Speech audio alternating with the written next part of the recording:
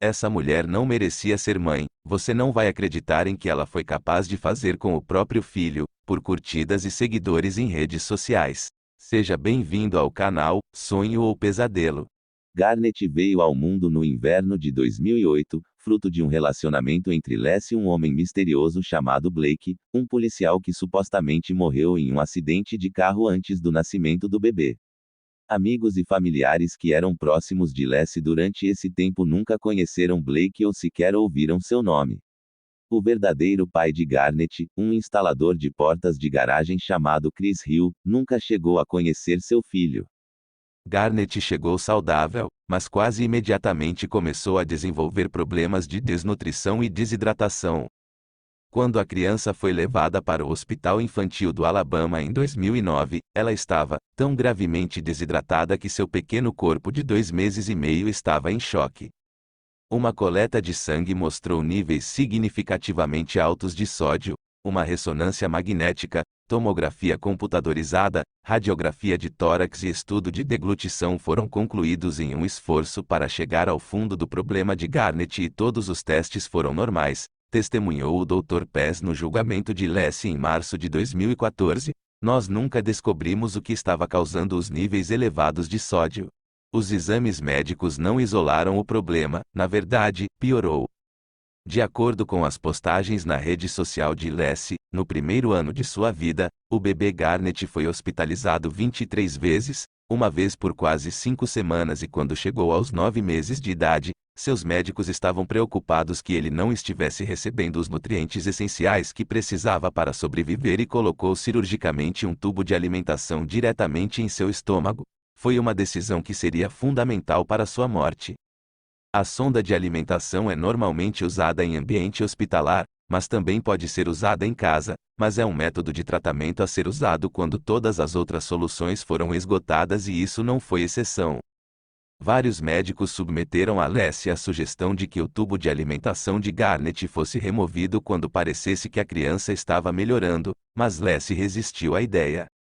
Em vez disso, cada vez que um médico queria remover o tubo, ela levava o filho a um novo médico e a um novo hospital, onde os médicos não estavam tão familiarizados com a criança ou sua história. Repetidas vezes os sintomas diminuíram enquanto Garnet estava sob os cuidados da equipe médica, mas aumentaram quando ele voltou para casa. O grupo de simpatizantes de Les continuava a crescer, de acordo com suas postagens online e eles envolveram a mãe esgotada em suas orações e votos de felicidades quando a esperança parecia fora de alcance e comemoraram com ela quando Garnet se recuperou de outra doença misteriosa. O grupo online de Les seguiu a pequena família improvisada quando eles se mudaram de sua cidade natal, Decatur, Alabama, para Clearwater, Flórida, onde ela e Garnet moraram por um tempo com sua avó. A vida em Clearwater parecia tranquila, mas a paz durou pouco. Os problemas de Garnet voltou ainda pior. Nas palavras de Les, o principal problema que tínhamos era que não conseguíamos fazê-lo comer e ele vomitava. Muitos dos amigos de Les comentaram que, embora o menino comesse bem para eles e parecesse não ter problemas, eles nunca viram Les preparar comida para Garnet e ela sempre o alimentava através do tubo de alimentação.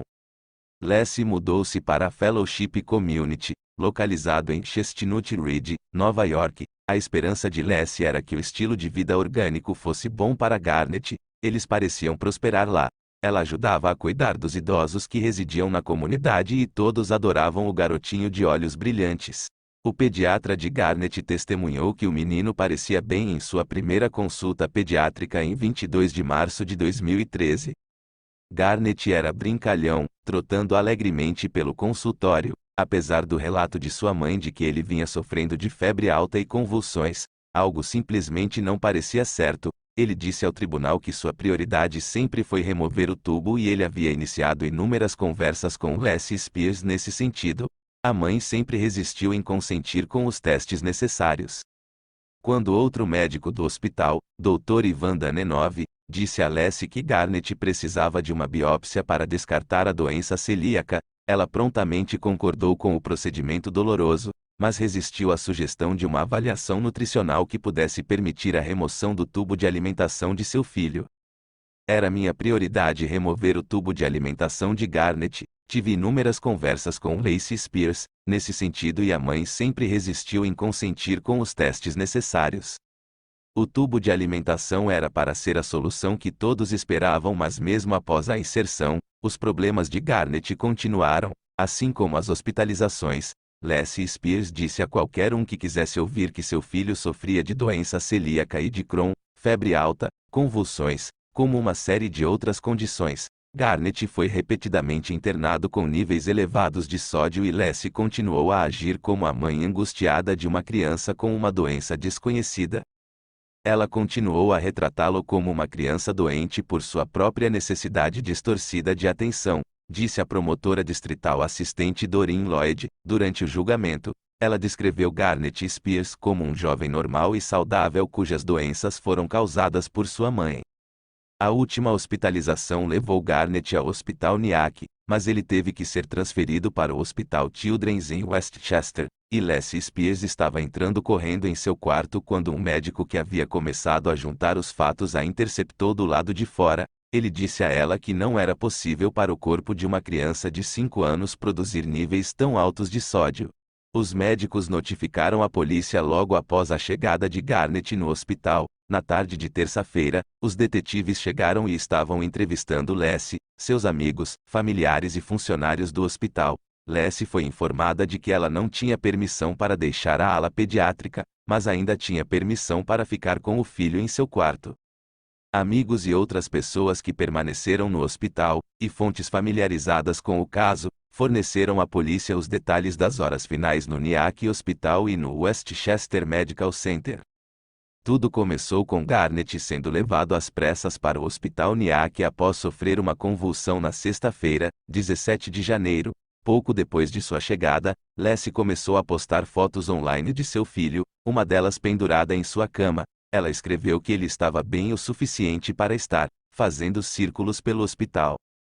A polícia suspeita que Leslie envenenou seu filho com sal, possivelmente por meio de um tubo conectado ao abdômen, e mentiu sobre a última vez que usou o tubo de alimentação para alimentá-lo. Uma das evidências mais contundentes foi descoberta durante a investigação, graças a um vizinho que morava perto dos Spears. De acordo com a mulher, Leslie Spears ligou para ela um dia antes da morte de seu filho na manhã de 22 de janeiro e pediu que ela se livrasse da bolsa. A vizinha fez o que ela pediu e pegou a bolsa da casa de Leslie, mas depois a entregou às autoridades. A polícia examinou cuidadosamente a vigilância por vídeo de ambos os hospitais. Em Nyack, o menino estava praticamente restrito a uma sala com um monitor de vídeo apontado para seu pequeno corpo. No Westchester Medical Center, imagens de vídeo estudadas pela polícia mostraram momentos em que Spears levou Garnet ao banheiro privado, e essas viagens não foram filmadas. A polícia acredita que foi durante uma dessas viagens que Leslie o envenenou pela última vez. Nos últimos dias que antecederam a morte de Garnet em 23 de janeiro, sua mãe manteve seus seguidores atualizados sobre sua condição nas mídias sociais, compartilhando fotos de seu único filho morrendo enquanto pedia aos apoiadores: não desistam.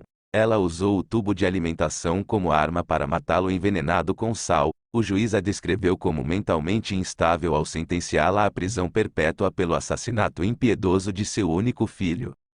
Seu crime é sem fundo em sua crueldade. Como uma mãe pode tratar seu filho de maneira tão metodicamente insensível e desumana, apenas para ter a atenção de seguidores em rede social? Eu nunca vou compreender. Leslie Spears, agora presa por 20 anos à prisão perpétua por seus crimes, reclama de seus companheiros de prisão derramando sal em sua comida antes de servir a ela. Ela afirma que a adaptação à prisão foi brutal, mas recusa a oferta de ser transferida para a custódia protetora, pois não suporta a ideia de ficar em confinamento solitário por 23 horas por dia. Parece que mesmo atrás das grades, Leslie encontrou uma maneira de se conectar com seus fãs, dando entrevistas, e mesmo depois de sua condenação e todas as evidências contra ela, ela ainda protesta sua inocência. O que você achou dessa história? Deixe sua opinião nos comentários. Até o próximo caso.